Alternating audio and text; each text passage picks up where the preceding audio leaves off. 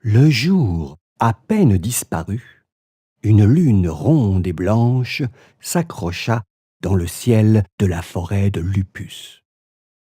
Tout était calme.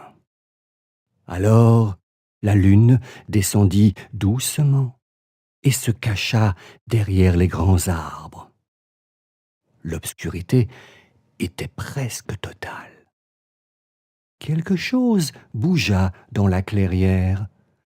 Petit craquement, ombre furtive. Soudain, quelques éclairs de lumière surgirent. Impressionnant. Un œil perçant, 2 yeux éclatants, puis, de nouveau, cette obscurité pesante.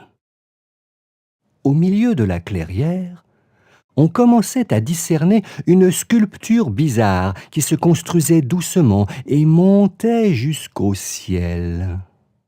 Des personnages étranges, se tenant sur 2 pattes, s'affairaient sur cet ouvrage, mais, même en tendant l'oreille, le silence restait absolu.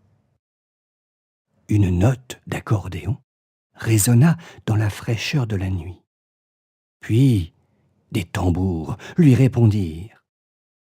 D'un seul coup, le feu surgit de cette sculpture de bois, laissant apparaître, dans une lumière chaude et éclatante, une ronde de loups assis par terre, tendus sur leur derrière. Dans la forêt de Lupus, plus un animal ne bougeait, pétrifié par cette toute-puissance lupesque qui émanait de la clairière.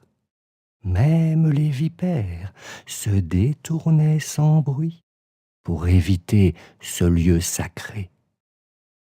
Toute la nuit, au son d'accordéon, louves et loups chantèrent et dansèrent comme folles. Sont-ce bien des loups? Sont-ils plus humains que nous?